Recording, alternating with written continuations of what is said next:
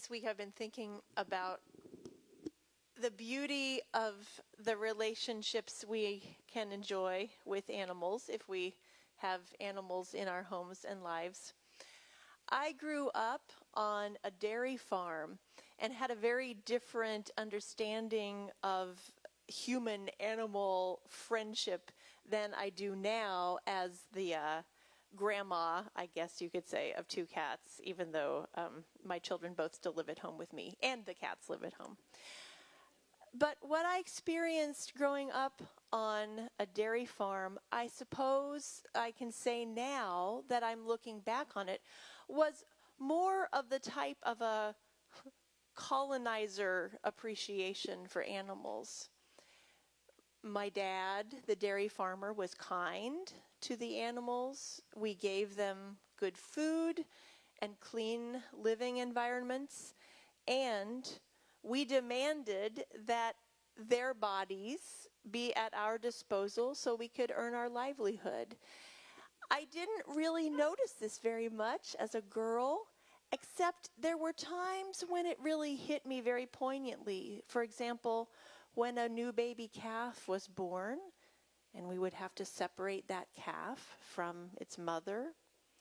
If it was a boy, we would sell it, and if it was a girl, we would raise it up, and it would become one of our herd someday. And so there were times when I wondered, are these cows next to each other in the line to be milked?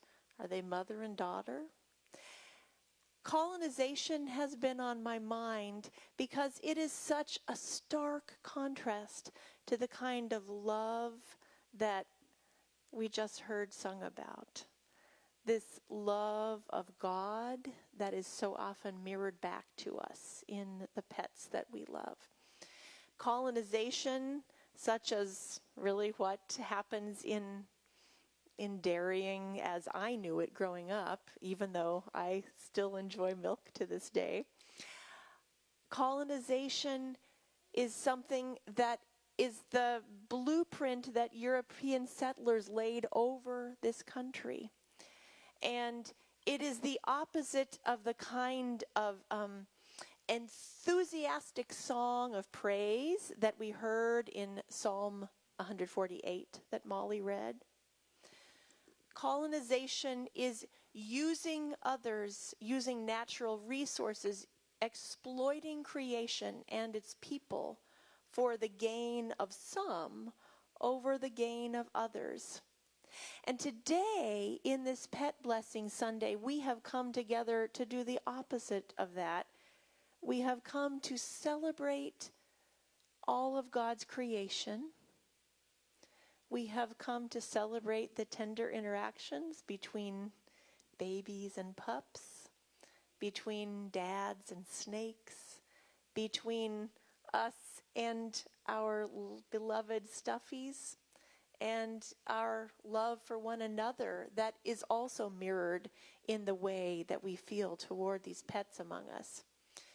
St. Francis is the patron saint of our pets and animals. And St. Francis was so unique at his time in history, 800 years ago, because he had a little taste of the colonizer life, of the white European colonizer life, before it was really a thing.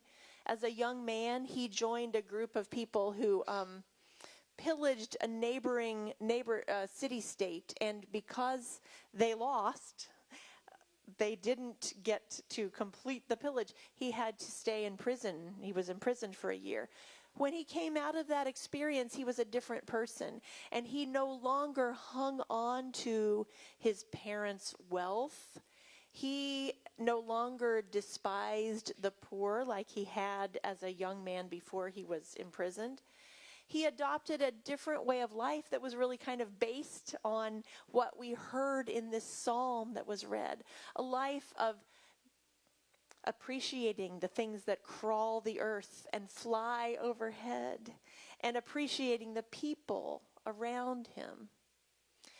And so today, often near the beginning of October, when St. Francis died, is his feast day, October 3rd, I think. today we remember his love for all creation and how we are inspired by that kind of love. And today we also look ahead to the day that is tomorrow. These 2 days so often come close together. What we now call Indigenous Peoples Day so often falls close to Pet Blessing and the Feast of St. Francis. And I invite us to think, or if you want to join me in thinking about decolonizing. Not only I have had to, or chosen, have had to choose to learn to decolonize my understanding of animals and how I am to relate to them, I've also been invited, as I think about my relationship with animals, St. Francis, and white Europeans' history of colonizing and exploiting the indigenous people of North America, of the United States, enslaving and participating in the Atlantic slave trade. As I've thought about these things over the years, and as these themes intermingle in my head, I've realized not only do I want to understand what it means to decolonize my relationship with God's creation, I need to understand what it means to decolonize my head. And I just think that is a long journey for a person such as myself, who has been so conditioned to colonizing behaviors. So today, when you come up for a blessing for your pet, whether you have brought a photograph of your pet or whether your pet is here or not, I invite you to think about the love that St. Francis models for us. We heard that passage from Romans because after he came out of prison and decided he was going to live a different life, he had to leave his family. He chose to disconnect from his earthly family, from his biological family, and to choose instead a family of his own choosing that included the sun and the stars. And so as you come forward for a blessing today, I invite you to think about that kind of love and adoption, that we are born into it, and sometimes we forget how closely connected we are to all of God's creatures and the fact that we are one of God's creatures. As you come forward for a blessing, or as you watch people come up for pet blessings, I hope that you might just think about that decolonizing love. And then as we look ahead and as we celebrate Indigenous Peoples Day tomorrow, maybe that will be an opportunity for you to learn something new about one of the indigenous tribes in our area. Maybe it will be a time for you to think about, there are lots of interesting articles, Googling what it means to decolonize our lives. There's so much good stuff out there. Will you pray with me? Oh God, thank you for your love that surrounds us. Thank you for this gathering today. Thank you for the sacredness of love that we feel, that we share with you, with our pets, with all creation. Surround us with this sacredness today as we continue this time together. Amen.